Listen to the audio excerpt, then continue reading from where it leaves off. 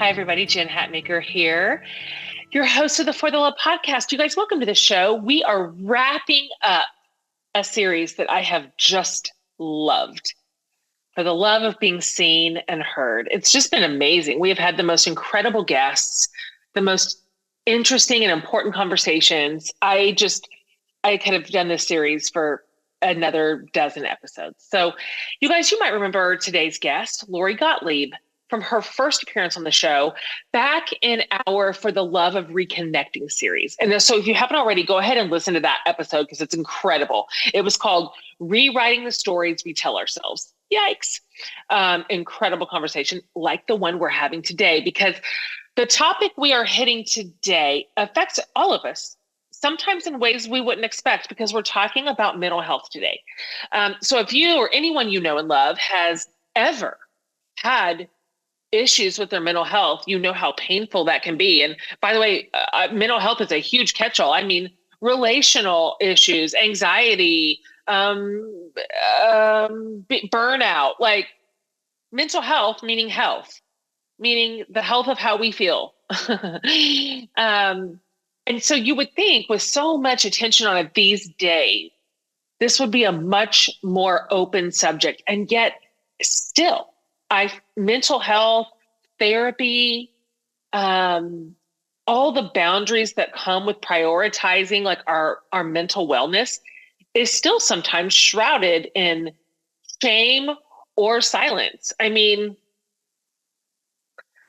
I remember back, 2.5 years ago when I was just drowning and I sat in my doctor's office with sky high blood pressure, panic attacks, tears pouring down my face, and me looking him in the eye with tears on my cheek saying, I'm actually really strong. Like I am strong and I'm actually okay, in the face of literally my body breaking down and my eyes just crying. I was still trying to deny that I needed help. So I deeply understand that. Thankfully, with such kindness, he walked me through taking care of my physical health and all of its like breaks, and then mental health. And I was on an antidepressant for a season. I had anti-anxiety meds to use as needed, and they got me through. They helped get me over the hump until I was stable enough, and really so that I was stable enough to recover. So it's just freeing to acknowledge when your mental health takes a hit. And I just want to remind you, there's no shame in admitting that you need help, or you might be depressed, or you're off, or anxious, or overly sad, or scared, or really anything that feels different, or like not in a way that you're just not flourishing.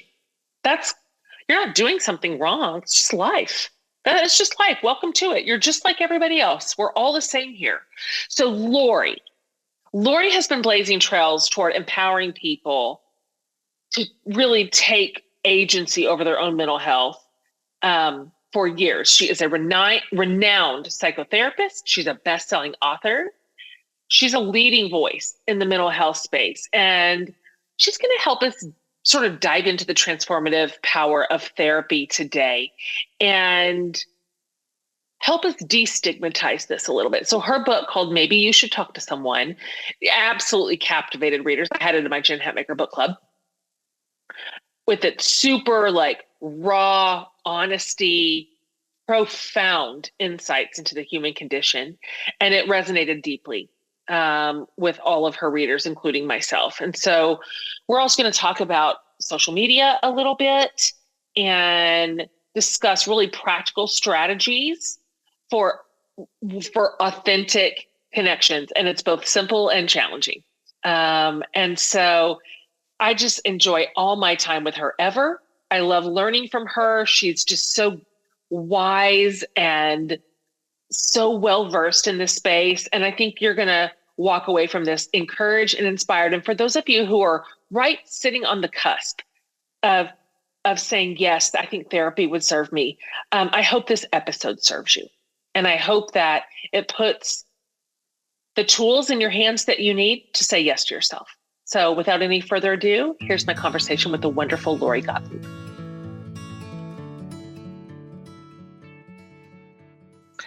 Lori, welcome back. I am delighted to see you. My brain was just sitting here thinking it was this exact week last year in Aspen that I met you in person.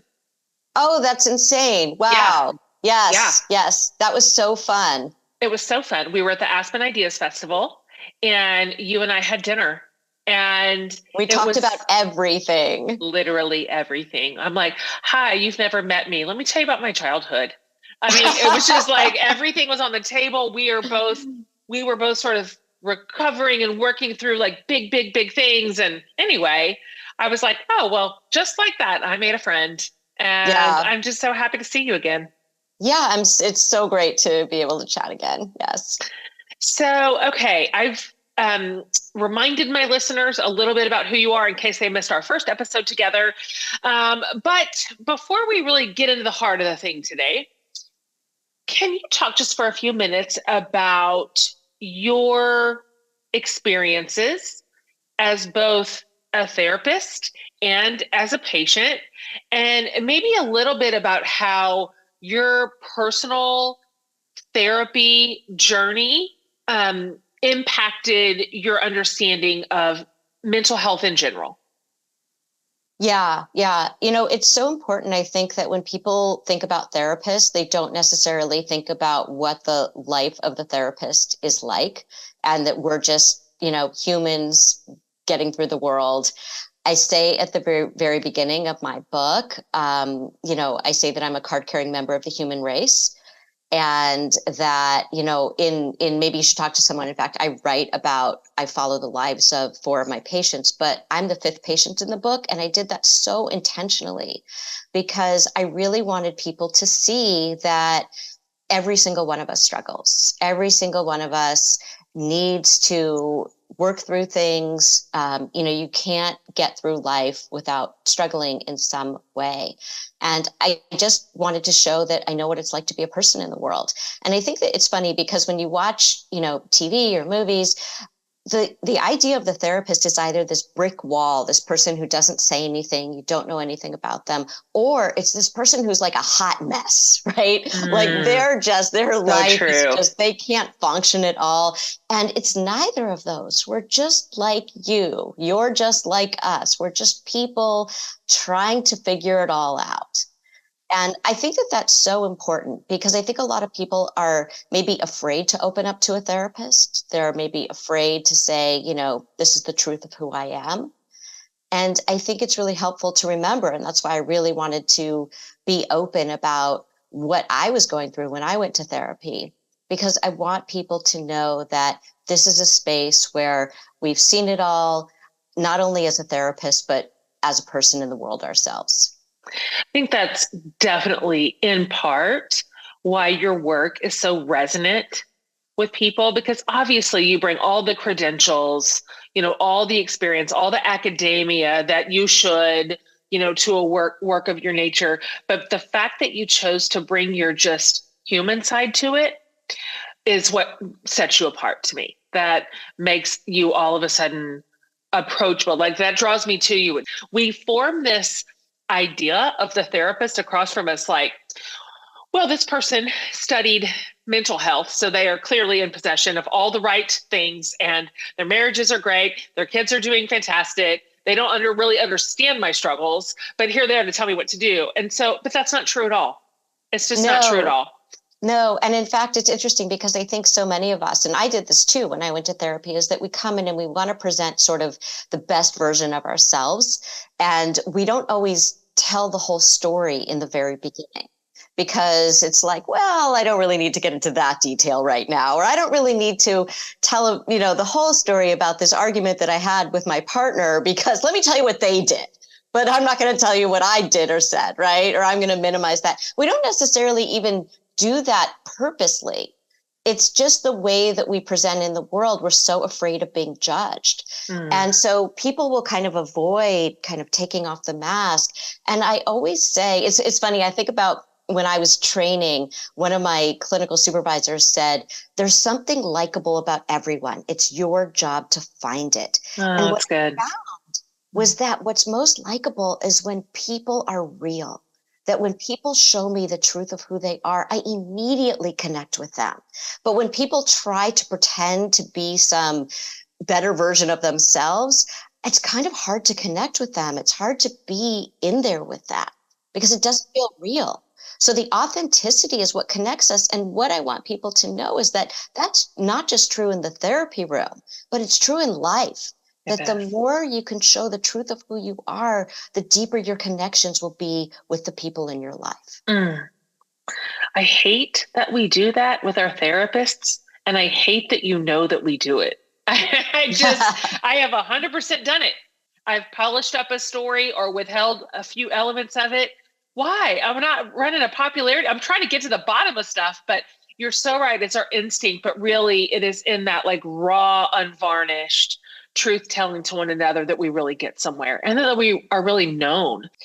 Okay, Lori, this series is called For the Love of Being Seen and Heard. And our aim here was to talk to people who are bringing awareness and advocacy to either areas of life or whole demographics, felt needs even that either are not understood well, that are sort of marginalized or overlooked.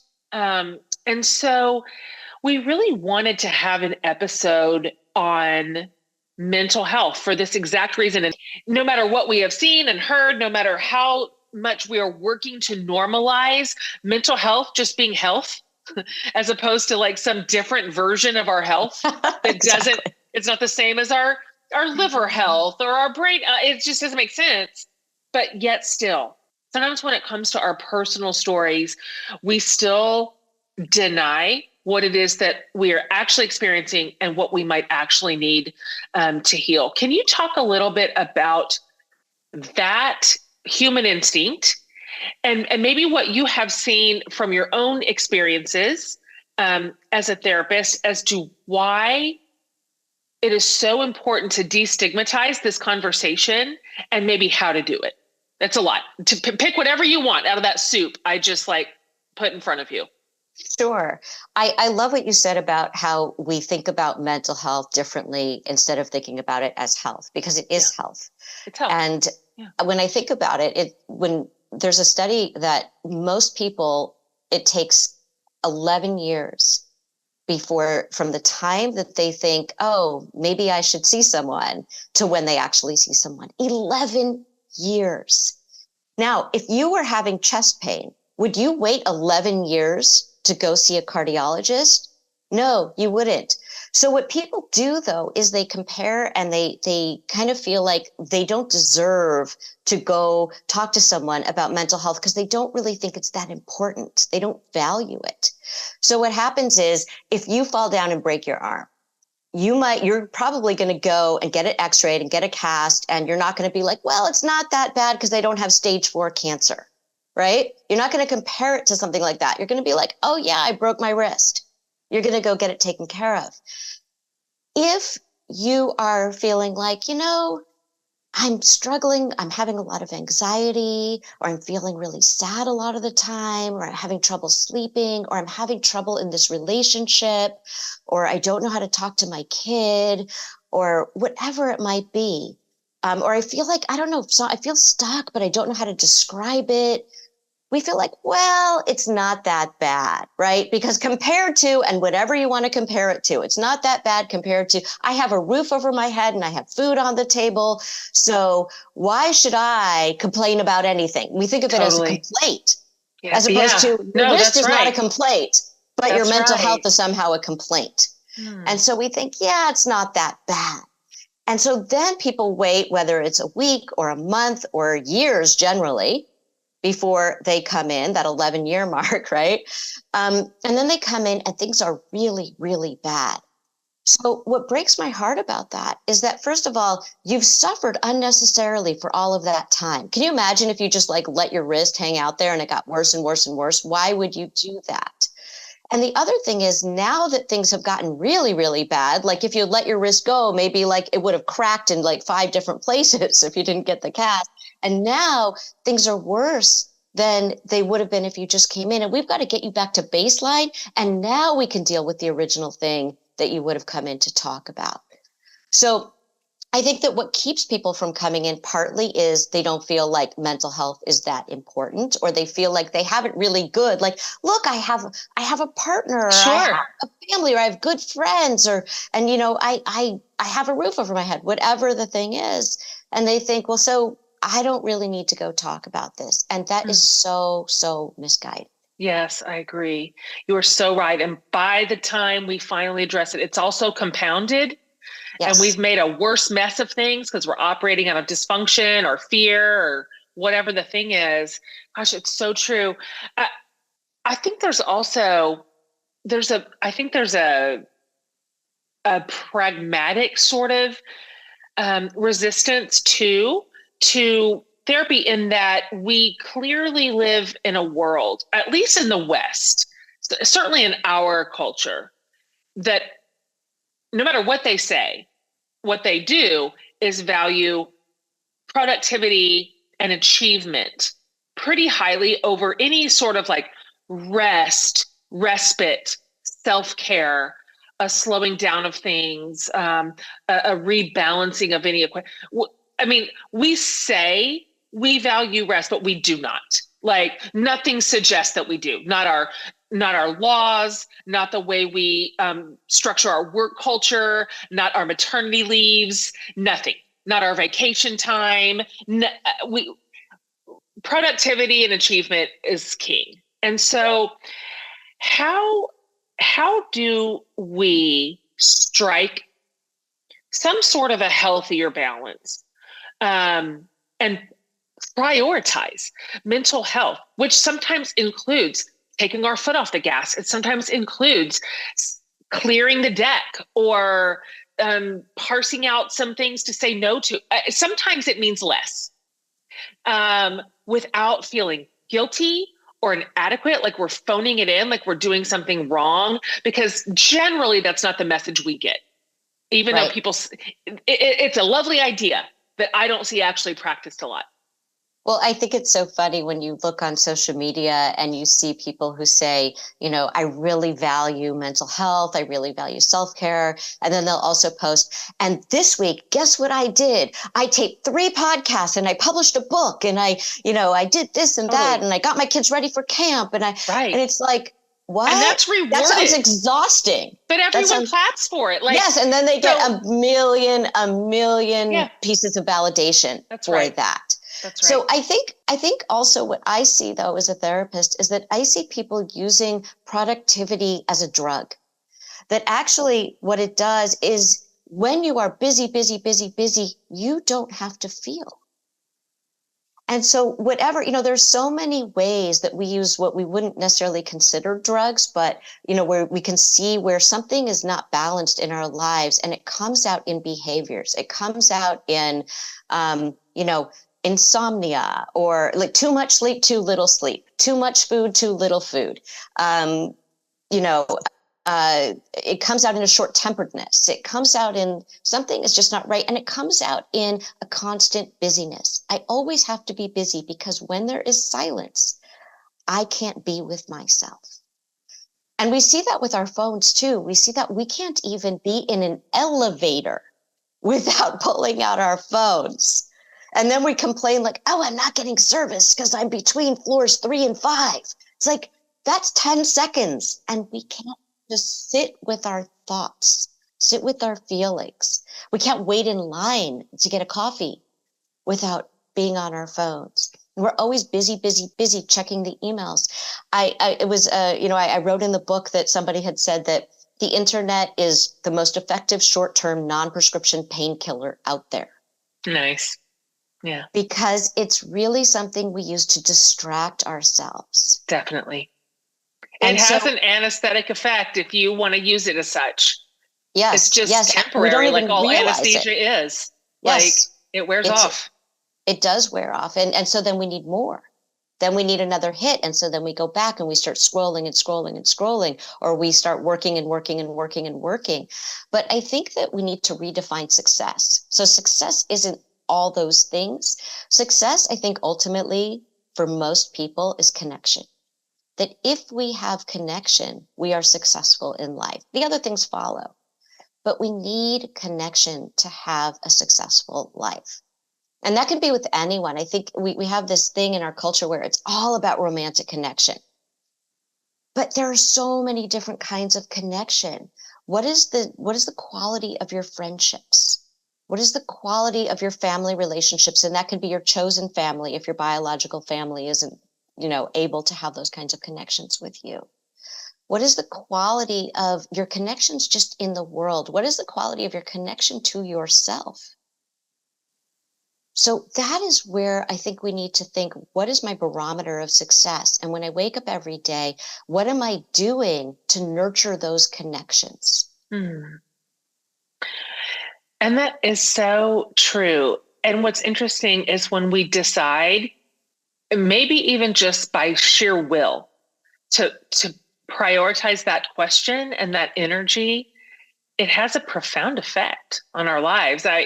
I'm reading these studies coming out currently that talk about connection, the quality of our relationships having a more profound effect on our longevity than like drinking, smoking, and nutrition combined. Absolutely. That it is our sense, it's our quality of relationships, our sense of connection that keeps us alive longer. And loneliness adversely does the opposite.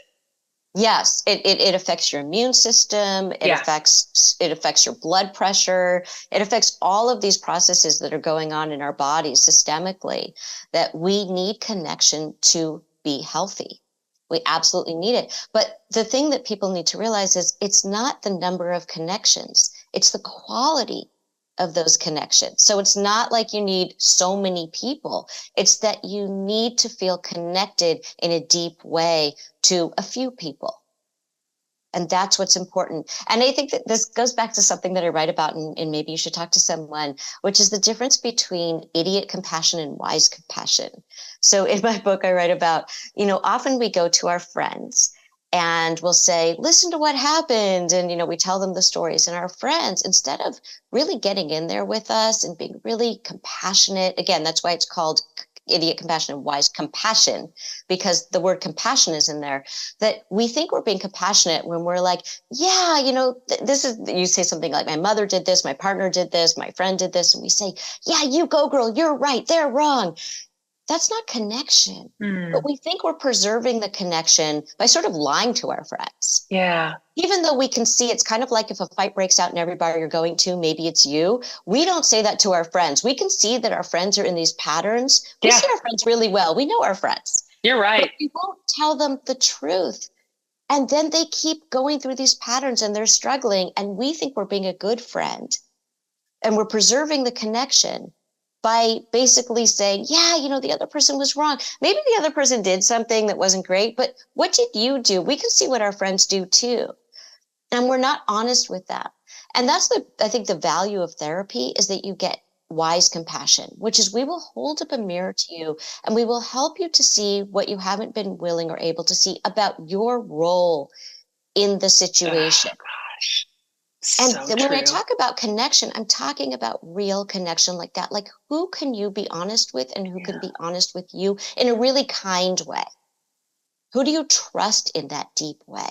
Those are the kinds of connections we're talking about, not the people that when you post on Instagram about something and it's your side of the story and we're all unreliable narrators, so we're all telling our side and everyone's going to validate your side of the story. That feels very empty, because what you really want is someone where you can bring the ridiculousness of yourself, because humans are ridiculous, we all are, and you could say, oh my God, I did this thing, I'm so embarrassed, like, here's, what do you think, help me, let's talk about this. And your friend can be really honest with you. It's so true. I really appreciate you bringing that up, because as you're talking, I'm going through my personal experience with therapy, and it was all in there. Like everything was in the cake mix, so some of it for me was like processing like pain and betrayal. Some of it was, what does this look like to recover? There was some of that.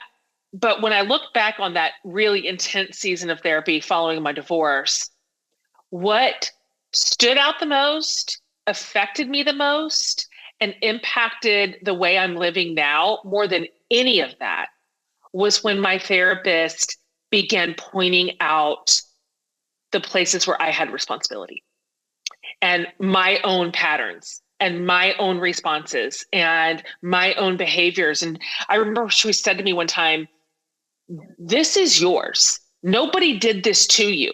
This part is yours. So you either deal with it and face it, or you're going to walk it into the next relationship.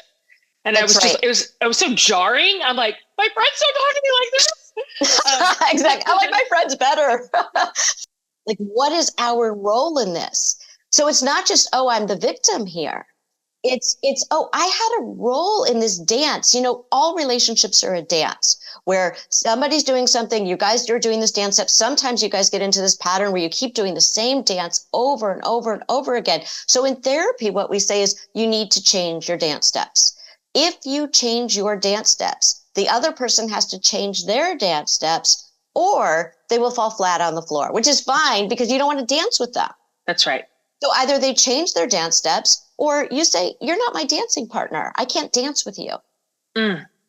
It's so powerful. It's the most powerful thing I walked away with. And yet another reason therapy is so valuable.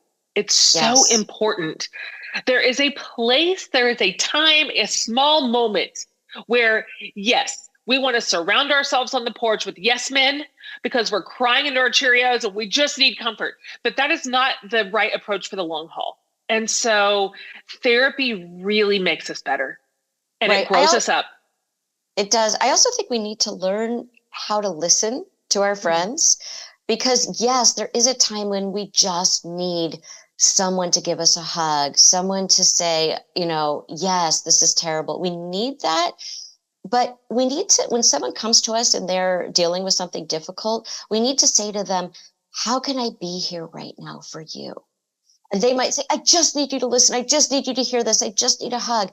And then maybe 2 days later or a week later, they might come back and you could say, how can I be here? And they could say, I need to talk this through with you. Like, let's think about this, or how did I get into this situation? Or I'm so confused, or I don't know what to do. Right? So it's not just one conversation. So you don't need to deliver a truth bomb in that moment. What you need to do is you need to say, how do you need me to be here for you right now? And if you need me to be here in a different way, come back and we'll talk about it. This episode is sponsored by BetterHelp. This conversation with Jessamine is just so dang good. Frankly, this whole series on being seen and heard is next level. And it's also an earnest reminder that sometimes, even often, we're faced with tough choices. All of us, really. Sometimes the path forward isn't that clear at all. So, really, show me a human person who hasn't dealt with this. Decisions around, you name it, career, relationships, family, so many things. And I've been there, of course. And therapy helped me. It helps you stay connected to what you really want while you navigate everything life throws at you. So you can move forward, not just with confidence, but even like excitement. I've learned that trusting yourself to make decisions that align with your values is like anything. Like, the more you practice it, the easier it gets. And so if you're thinking of trying therapy, just think about trying BetterHelp. It's entirely online. It's convenient and flexible, suited to your schedule. Just fill out a really brief questionnaire and you'll get matched with a licensed therapist, and you can switch therapists at any time for no additional charge if you need to. So let therapy be your map with BetterHelp. Visit betterhelp.com/forthelove today and you'll get 10% off your first month. That's BetterHelp, HELP.com/forthelove. A fun thing for me that I've told you about before is that my 3 a.m. nighttime brain wants to wake up and think about, health insurance premiums that are due, and my children's future, and the state of all of our cars, and what I said that one time to that one person. But also, a fun thing for me now is that 3 a.m. brain is no longer invited to the party because of one thing: Focal CBD sleep gummies. They have changed my sleep game entirely. First of all, they work in that they have solved my middle of the night problems, but they're also yummy, like healthy sleep candy. I don't know what kind of magic makes them so effective because I'm not a scientist, but there's no weirdness in these. There's nothing bad. It's only good stuff only. Okay. So maybe you are a champion sleeper. If so, congratulations.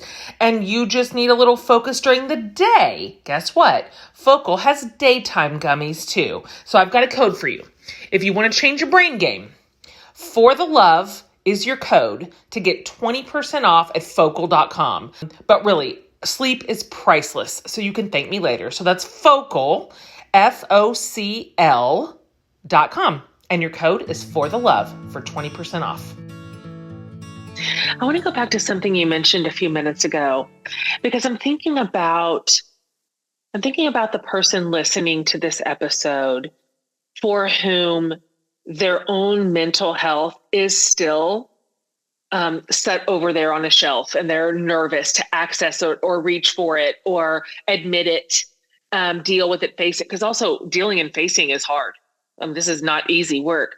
You were talking earlier about social media, and in a different context, we were talking about the anesthetizing effect it can have on us. I'd like to hear your thoughts. I know so much ink has been spilled about social media use and the mental health connection, but it's real, and I feel it. I feel it in my own damn brain. I feel it. I feel myself reaching for my phone to like save me from discomfort, and then it does the opposite. It comes with this little built-in backpack of shame that shows up.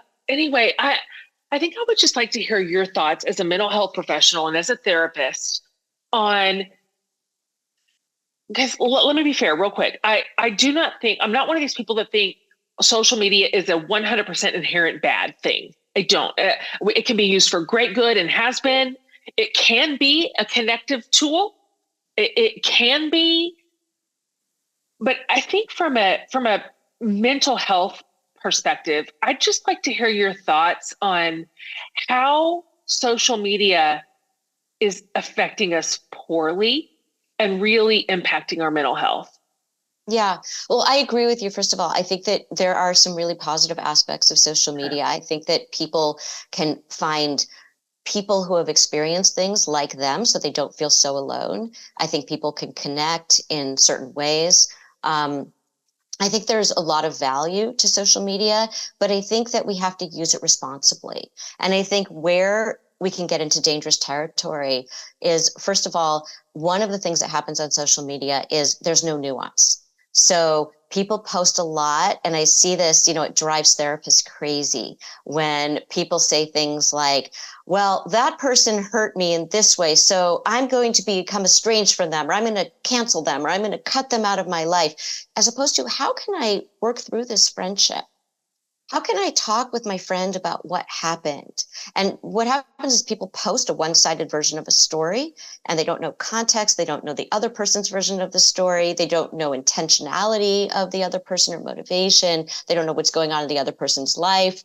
And they immediately say, well, that's terrible. Cut this person out, right? And they just kind of don't think about it in the way that a real conversation would help people to see it. That's why I have a podcast called Dear Therapist, where people come on and they're real sessions in real time. And people can hear what therapy sounds like that sounds different from a conversation that you might have on social media, or even with your friend or a family member. So they can hear, well, how do we think about this differently? You came in, people write in a letter, and we talk about it, and then we give them homework at the end so people can see, oh, it's not just talking about it, but it's taking action. So here are the homework assignments. You have a week to complete them. And then they come back and they report. You hear it all in one episode. And we could really hear how a nuanced conversation can help people think about, what are my next steps? What might be going on here that I'm not seeing? What will happen if I try something different than maybe the internet is telling me to do? So on social media, it's like everyone is being gaslit. Everyone is not respecting your boundaries. Everyone is a narcissist, right? And you don't really know the whole Yeah. story. So I think it gets really dangerous where there's no nuance. And I don't think that's the best place to kind of process these Yeah. complex human relationships. Yeah. The other thing is that it's a place for what I like to call toxic comparison, because one thing or another will happen when you compare. Either you will feel inferior to someone else and their life, and then you're going to feel bad. And all you're seeing is what they're posting. And we know this intellectually, but we are humans and we compare. That's what we do. And so you're either going to feel bad about yourself or you're going to feel superior. Like, well, I'm better in some way. Than this post. I'm more successful, or I'm better looking, or I have this in my life. And that's not healthy either. Right? So you don't want to feel superior or inferior. You just want to feel like I'm a fellow human. And we can't help but compare. So I think that we feel worse no matter what we do if we are comparing. So I think that you need to follow accounts that make you feel like I'm growing, or this is something interesting, or I'm getting good information from this. Not the accounts where you know you're going to compare yourself either favorably or unfavorably. That's not going to help you. So I say use social media in a way where you're very intentional about, and I've used that word a lot today, intentionality. I think we can go through life and years will pass and we have no idea how we spend our time. And we do not have a long time on this earth. And I always say, and I think people don't like to think about this, but I think thinking about the fact that life has 100% mortality rate, and that includes us. So 100% is 100%, that we need to think about, how are we spending our time here? So if you want to be on social media, which is great, I'm on social media, I find some value from it, but I use it in a really intentional way. Good. And I don't waste my time just scrolling through accounts where I'm going to be comparing, or I'm going to feel bad about myself, or I'm going to be kind of just wasting time. Like I follow people like you, Jen. I follow people where I feel like I'm going to learn something here, and that's going to help me through my day. Yeah. Yeah, I do a feed curation about once or twice a year. Yeah. And with some pretty clear boundaries, is this serving me in any way? Some are just humor. They make me laugh and they're hilariously entertaining. That's okay too. I don't follow this, but I ask really hard questions and I'm pretty ruthless. And I find I immediately feel better. Immediately. Yes. When I carve out the ones that were making me feel either chronically inferior or superior, because you're right on both counts. And humor, what you said, is so important. We forget about that. Remember so many when we times, used to laugh? Yeah. Yes, exactly. Well, it's people don't realize that, but we laugh a lot in therapy. People do not realize therapy is hilarious because we're hilarious. What is the gap between what we say we want and what we're actually doing? So what are the ways in which we self-sabotage all the time? And we kind of know it, but we don't really want to be called on it. But in therapy, we're called on it in the kindest possible way. And we can laugh with our therapist about, I said that, but I'm actually doing this other thing, right? Or I said I was going to make this change, but instead I did this. You're right, because as you said, we're ridiculous. Yes. And some of that is funny. It's funny. It's funny because we say so many things about, what we want to do. And then who's getting in our way? Nobody in the world but us. So let's talk about that. Why are you getting in your own way? What's happening there? Yes. Right. It's not necessarily for anybody who hasn't been to therapy. It isn't the movie scene of the super somber. I mean, sometimes it is. Sometimes the session is just super somber, but it's way more human than that. There's way more human dynamic between therapist and person, and there's a lot of life. In fact, you were just mentioning your podcast, which is so great, and it's so creative in that who gets a front row seat to actual therapy. That's a rare gift. Can you talk about maybe either a favorite episode or a recent episode either that you thought this one was really something, and I really hope people listen to this one? Oh, wow. There are so many. Yeah. I feel like it's kind of like in therapy, who's your favorite patient? All of them. These are people who we don't know, by the way. These are not. So I do this with another therapist, Guy Winch, and it's interesting because people just write in a letter to us and we don't know anything about them. It's like they just came in and sat on our couch. And we go through it. We both have advice columns. He does one for TED. I do one for The Atlantic. But this is, you can hear us thinking through the problem with them. And people trust us so much. And it's such an honor when people will just be like, hey, I'm doing this and I'm going to, because I really want help. And I know that the best way to do that is just to be vulnerable and just to like say it all. And a lot of it is, yes, you know, people cry, of course, but people laugh too, and they laugh with us. And, you know, an example of humor in one of the episodes is this woman was experiencing her husband was cheating on her. And she was saying, you know, she kept like giving him more chances and giving him more chances. And at a certain point, you know, she was like, well, you know, this has happened twice. And we're like, twice, you know, like the betrayals. It's not just the cheating, it's the lies, it's the this and that. We take her through the whole thing. It's like, this has happened like 5 times, right? Yeah. At least we can count half a dozen just in the last 2 minutes of this conversation. Yeah. And she laughed and we laughed and, you know, and it's when you can really speak to those truths that it's funny. Yeah. You know, her situation's not funny, but what she's doing, that the forgiveness, the so many times, the delusional way that she tells herself, like the denial, all of that. At a certain point, when you finally see it, it's funny. It's like if that were your friend and she were doing this, of course, you would laugh with your friend. So therapy can be funny that way. But also I think some of my favorite episodes have been like when people are having trouble. There was this guy that came in and he was a new father, and he was saying, my parents they didn't let me have feelings. They denied my feelings.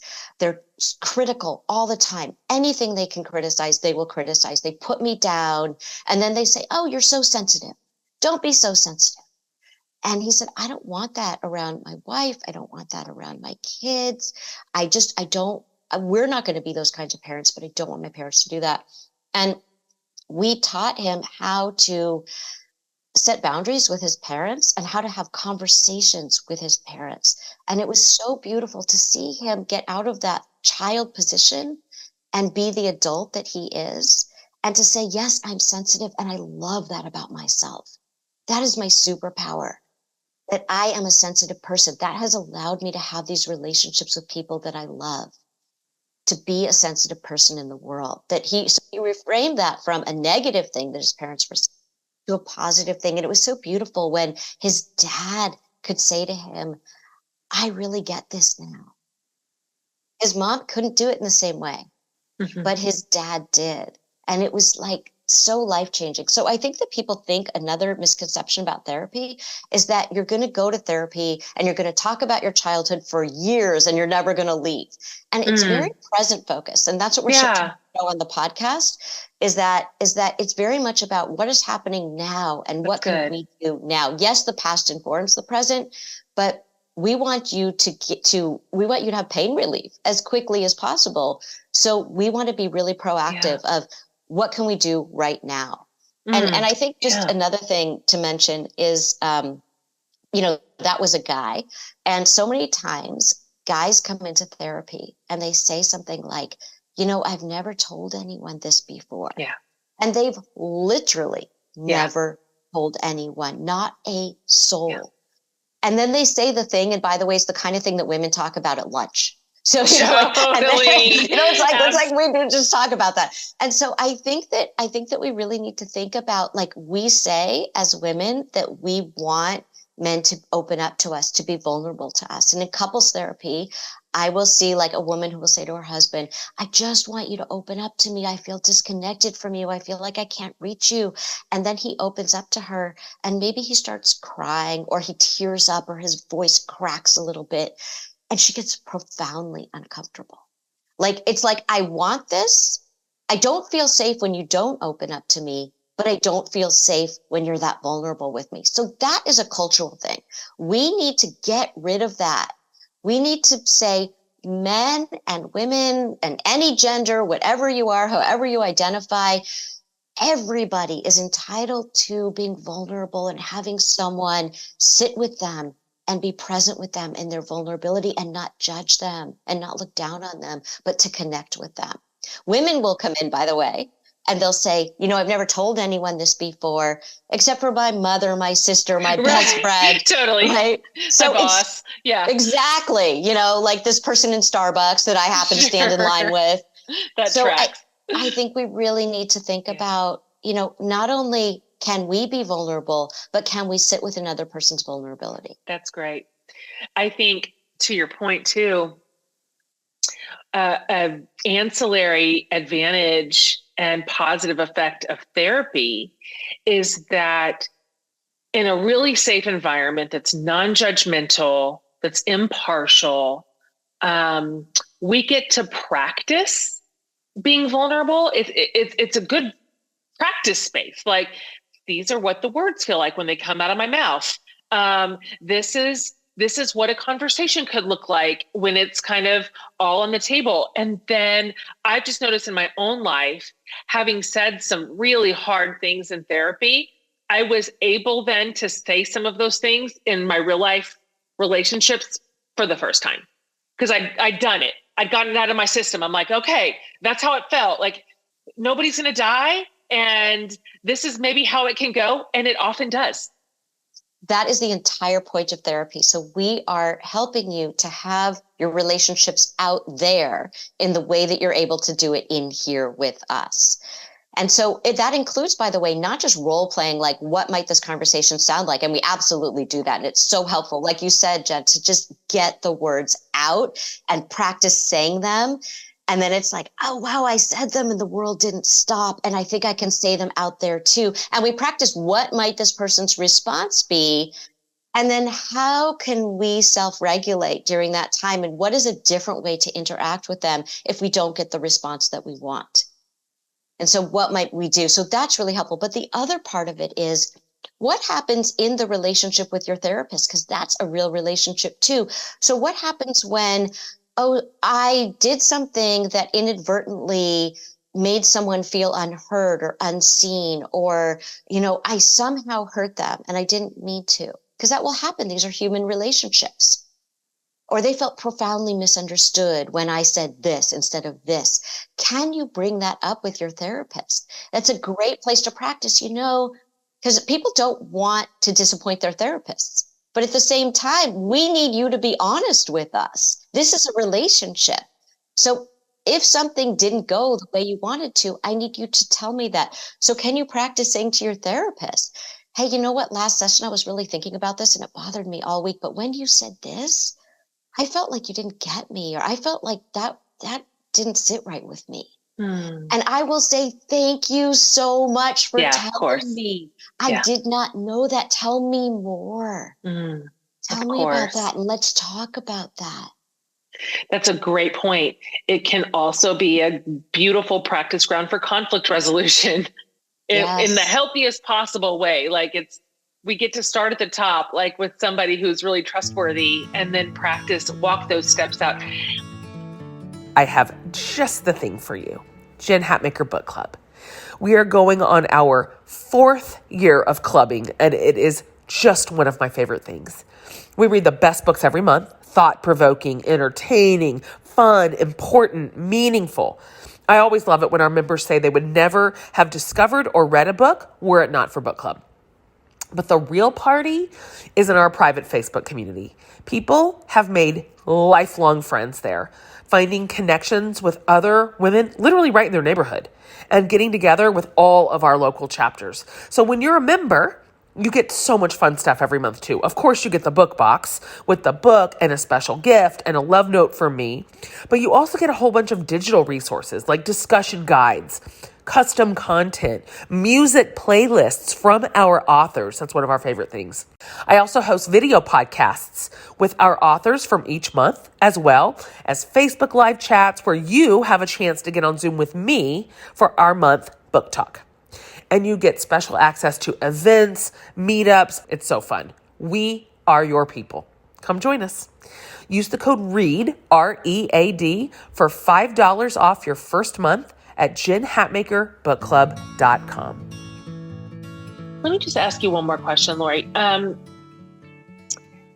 I'm thinking finally again of the person sitting here who knows they have some things to work through in therapy with a therapist. Um, they could be on their 11th year and it's time, finally.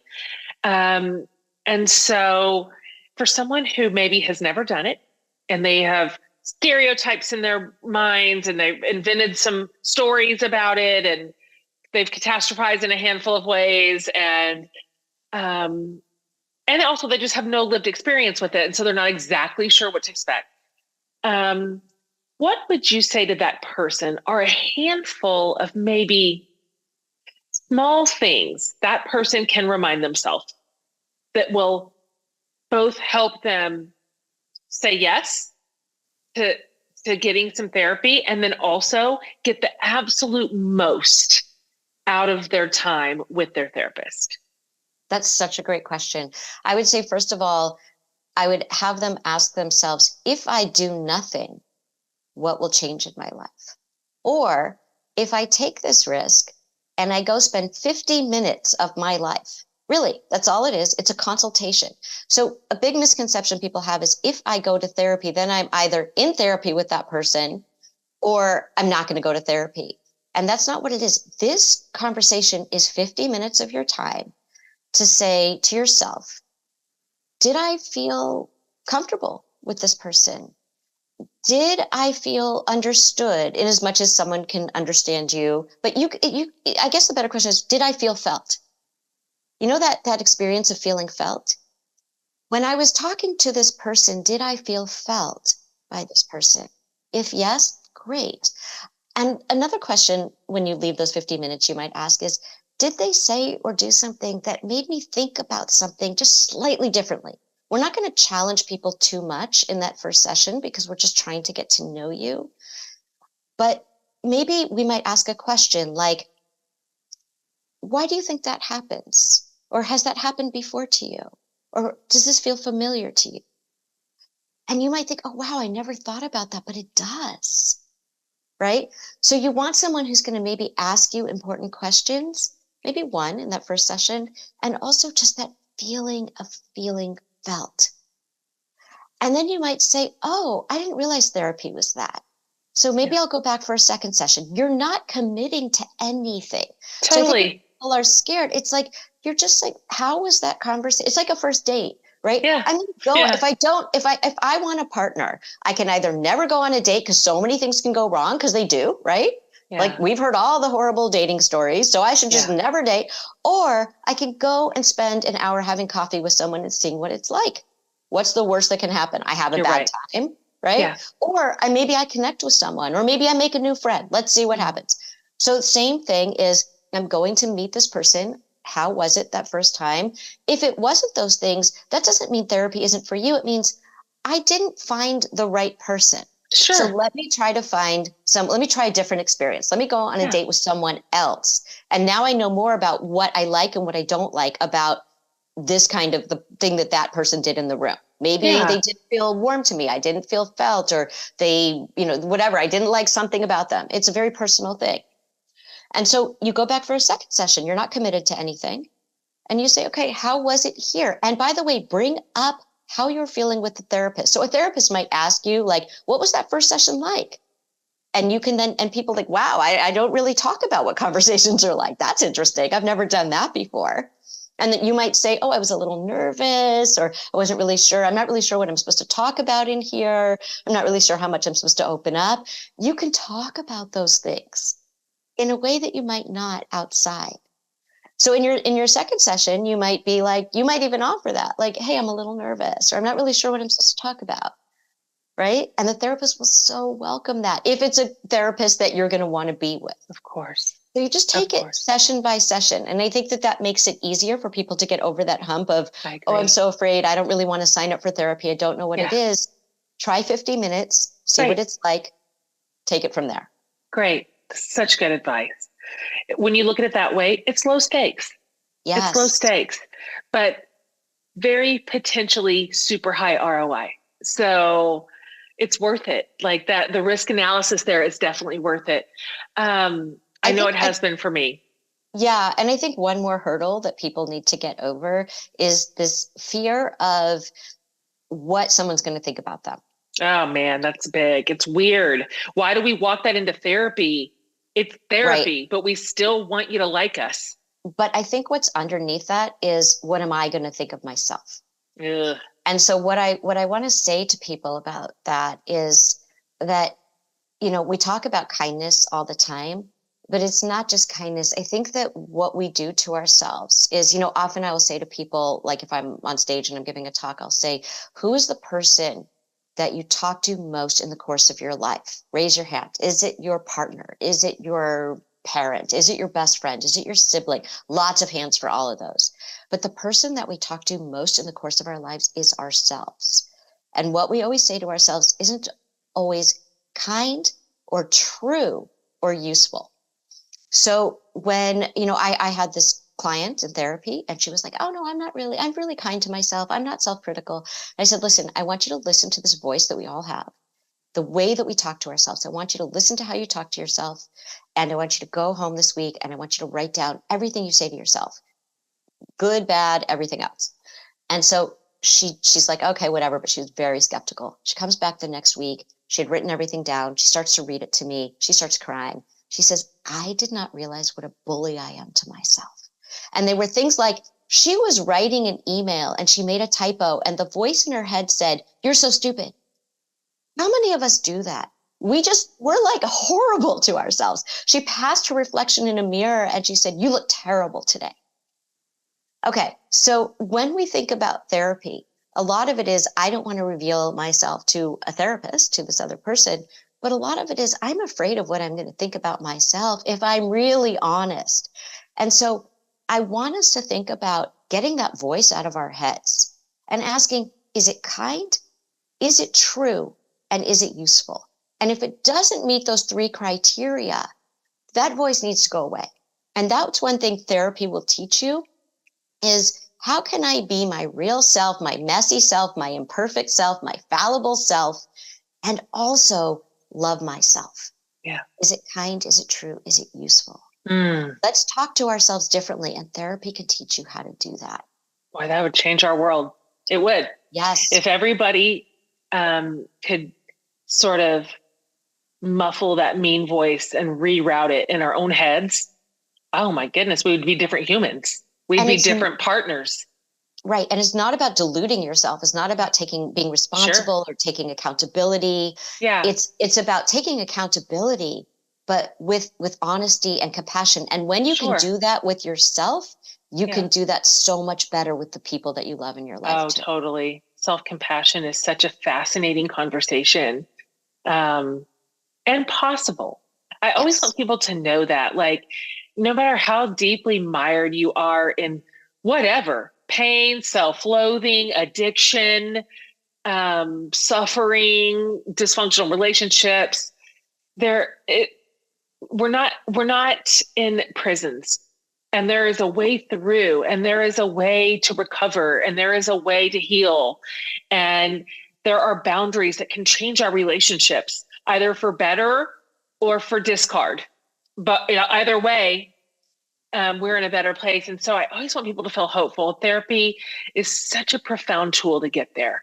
Just profound. There's other stuff to do too, but so useful.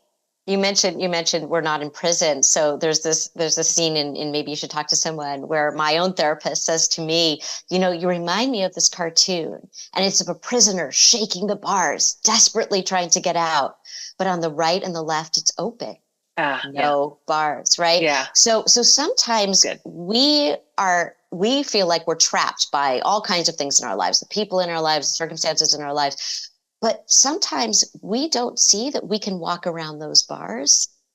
And that's what therapy can teach you is, are you just sitting there shaking the bars and feeling like you can't get out and you're stuck? Or are there ways around that? Is it actually already open? That's good. And you just need help to see that it's open. Yeah, that's so good. So great. Before I ask you the last and final question, what are you working on right now? You're so busy. You have so many amazing resources you're putting into the world. We're all so grateful for it. Do you have something new in the hopper or in the works? season 4 of the Dear Therapist podcast just launched. So we have all new sessions that people can hear. And if they've missed the first 3 seasons, they can catch up on those. I do a column for The Atlantic where people can write in, and I give not really advice, but more of, I help people to think about their problem the way a therapist would think about it. So I really feel like people really do know what to do. They just need someone to help them see it in a certain way. And then I am writing a new book. But in the meantime, with Maybe You Should Talk to Someone, I have a new workbook that people can, it helps people to rewrite their stories. So it's the Maybe You Should Talk to Someone workbook. And then I have a journal, the Maybe You Should Talk to Someone journal, which is more of just reflections based on sort of some of the lessons from the book. So if you want something a little less intense than the journal is kind of like what you would do in therapy. And the workbook, is what you would do in therapy. And the journal is more of, how can I just kind of sit with myself for 5 minutes every day? That's great. Those are great tools to be able to take a big book and take those words off the page and apply them. Yes. And work them out in your own life. Fantastic. I will put links up for all of this for my listeners. Okay. You're so great. This is the last question. You've answered this before. Everybody gets this question in all the series, and answer it however you feel today. It could be really like earnest today, or it could be absurd. So it's dealer's choice. What is saving your life right now? Ooh, okay. What immediately came to mind is I spent my holiday, my July 4th, creating a different kind of Independence Day, which is that we decluttered everything. Oh, I love this. Decluttered everything.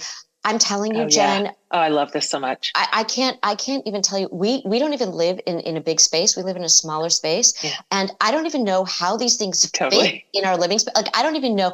I found things that I wore in college, and I found running shoes from years ago, thinking, and this is the thing about it was all of these things that I would save, like bedding and this and that, things like, what if we have a house guest who needs this? What if I need shoes that can get dirty if I'm walking through a river? When do I ever walk through a river? When would that happen? Right? What, or just, all of these things are what if I need this? Because what if I go on this kind of trip? Or what if I need this for this kind of situation?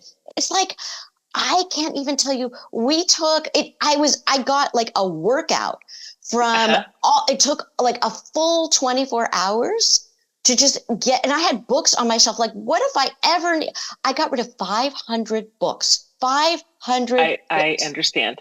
Okay. Yep.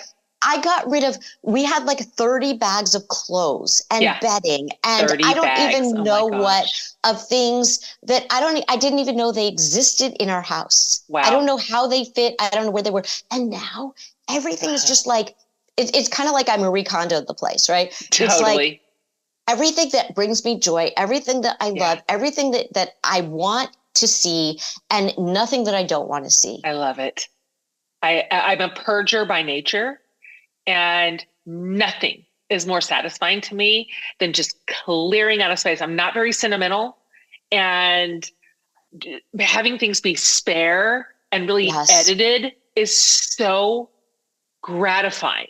So the second you said that, I was like, oh, tell me more about the dumpster and how many bags was it? Oh, it feels so good. It was beautiful. It was, and that whole question of what if? I thought it was a metaphor too. It was what are we doing all the what ifs? Why don't we just do with the what is? That's and so the good. What is that I don't need this crap in my house. You don't. And you know what? If you need to go walking through a river, okay, get a little pair of shoes from Target and put them on your feet and walk through the river. Yes. You just don't, we don't need everything for what if. We need it for what if. That is such a good word. Yes. I love it. Well, I think you're so fantastic and so smart. And so I follow you, of course. I read everything you post, and you've just been so helpful to me in my own journey of kind of rebuilding and reimagining what my relationships look like at this age. And I can't wait for your next book. I can't wait for all of it. So thank you for all that you do. Thank you for making your work available to the rest of us. Therapy is generally behind closed doors. And so it's so helpful for the rest of us to have access to what you do and what you know and how you do it. And so you're the very best. Can you just tell everybody like where to find you, where to find your stuff? Sure. Well, thank you so much for all of that. Likewise, about all of the things that you do in the world. They can find me on Instagram at Lori Gottlieb _author. They can find me on Twitter at Lori Gottlieb 1. They can find me on Facebook at my Lori Gottlieb page. They can go to my website, lorigottlieb.com. They can find my TED Talk on TED. They can find all of my books wherever they buy books. And they can listen to the Dear Therapist podcast wherever they listen to podcasts, and they can find my column in The Atlantic. And I love what you said too about making therapy accessible. That is my mission in life, is that I feel like for all kinds of reasons, not everybody can go to therapy, whether there's stigma, cultural stigma, access, all kinds of reasons. And what I'm trying to do is I'm trying to take therapy out of the therapy room. When I post on Instagram, often I will post snippets with obviously people's permission of conversations that happen in therapy, all anonymous, but I want people to get the wisdom that other people get, to get the lessons that other people are getting in therapy, and we bring it to them in all these different formats. And I hope that whether people go to therapy or they don't go to therapy, that people are saying, I have agency to change my life. Well done. Well said. All right, sis. Thanks for being here. I just love talking to you every time. All right, you guys, Lori gave you a whole bunch of places to find her. So I'll round all those up for you. If you go to jenhatmaker.com under the podcast tab, I'll have this latest episode and the show notes and then all these links. So if you just want one space to go find them all, I'll have them for you.